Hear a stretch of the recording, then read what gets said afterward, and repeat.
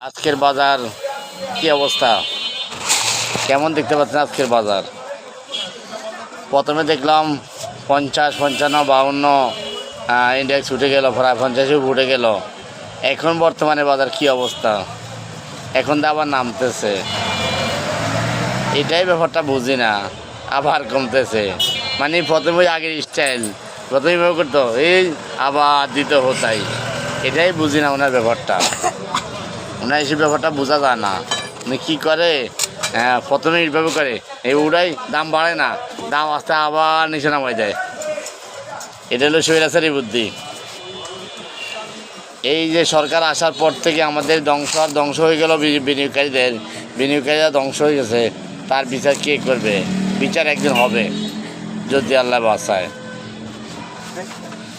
আমরা বিনিয়োগকারী জনতা আছি, আমাদের ক্ষতিগ্রস্ত হয়েছি, একদিন বিচার হইতে হবে ইনশাআল্লাহ। সেজন্য ইনশাআল্লাহ। আসসালামু আলাইকুম, বাই, টাটা।